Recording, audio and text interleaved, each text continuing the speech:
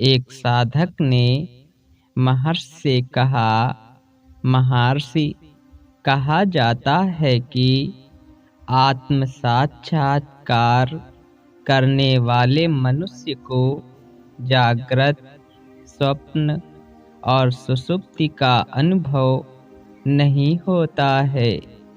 क्या यह सच है? आपको किसने कहा है कि आत्म साक्षात्कार करने वाले व्यक्ति को जागृत, स्वप्न और सुषुप्ति की अवस्थाएं नहीं होती हैं? जब आप यह कहते हैं कि मैं गहरी निद्रा में था, तब स्वप्न देखा और अब मैं जाग गया हूँ, तो आपको यह अवश्य स्वीकार करना होगा कि आप इन तीनों अवस्थाओं में थे। इससे यह सिद्ध होता है कि आपका अस्तित्व इन तीनों अवस्थाओं से प्रभावित नहीं होता है। आप हमेशा रहते हैं।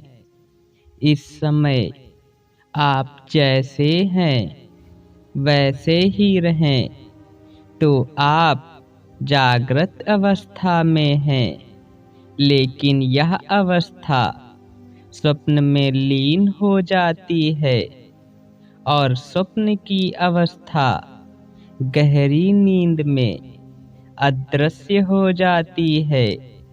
तब भी आप थे, अब भी आप हैं, अर्थात आपका अस्तित्व हमेशा ही रहता है। ये तीनों अवस्थाएं आती जाती रहती हैं, इसलिए ये अनित्य हैं, लेकिन आप हर समय रहते हैं, इसलिए आप नित्य हैं। यह चलचित्र के समान है। पर्दा तो सदैव रहता है। विभिन्न प्रकार के चित्र पर्दे पर दिखते हैं और अदृश्य हो जाते हैं। पर्दे पर कुछ भी चिपकता नहीं, वह पर्दा ही रहता है। ऐसे ही जागृत, स्वप्न, सुषुप्ति की तीनों अवस्थाओं में आप अपनी आत्मा ही बने रहते हैं। यदि उस आत्मा को आप जाने, तो ये अवस्थाएं आपका कुछ भी नहीं बिगाड़ सकती।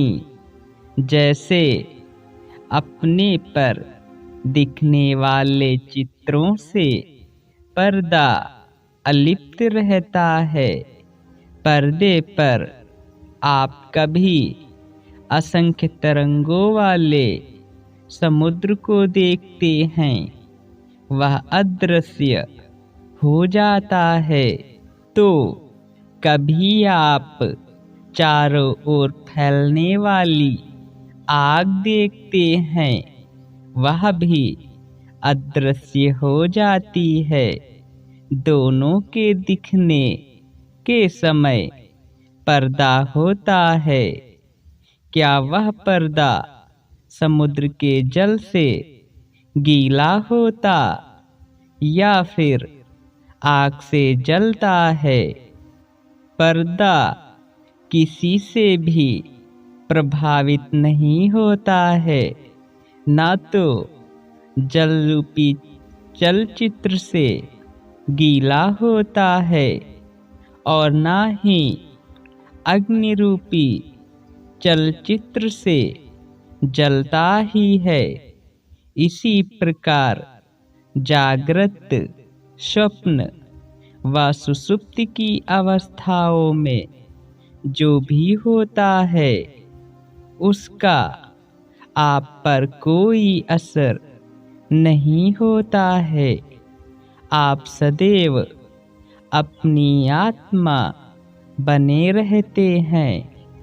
तो महर्षि, इसका यह अर्थ हुआ कि यद्यपि सबकी जागृत, स्वप्न, सुषुप्ति ये तीनों अवस्थाएं होती हैं, लेकिन उनका उस व्यक्ति पर कोई असर नहीं होता। हाँ, यह बिल्कुल सही है। ये अवस्थाएं आती हैं और चली जाती हैं। आत्मा जरा भी चिंतित नहीं होता। उसकी केवल एक ही अवस्था होती है। तो महर्षि, इसका अर्थ यह हुआ कि मनुष्य इस जगत में केवल साक्षी है। हाँ, ऐसा ही है। इसी तथ्य को समझाने के लिए विद्यारण्य ने पंचदशी के 10वें अध्याय में नाट्यगृह के दीप का उदाहरण दिया है। नाटक शुरू होता है तो वहाँ एक दीप होता है जो बिना किसी भेद भाव के राजा, सेवक, नर्तक इत्यादि अभिनेताओं को एवं दर्शकों को प्रकाशित करता है।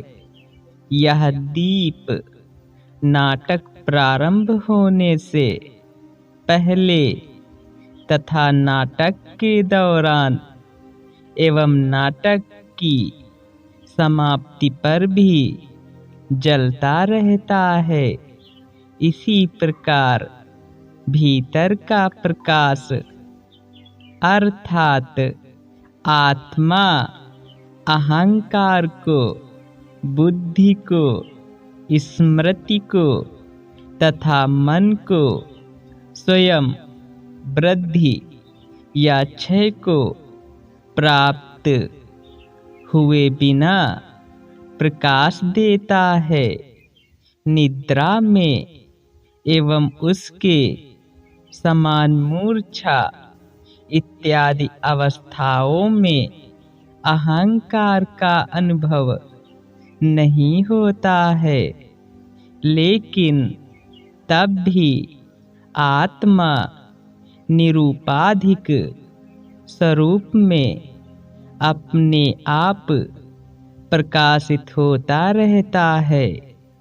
वस्तुतः आत्मा साक्षी है। यह भी मन का विचार मात्र है। आत्मा का पूर्ण सत्य नहीं है।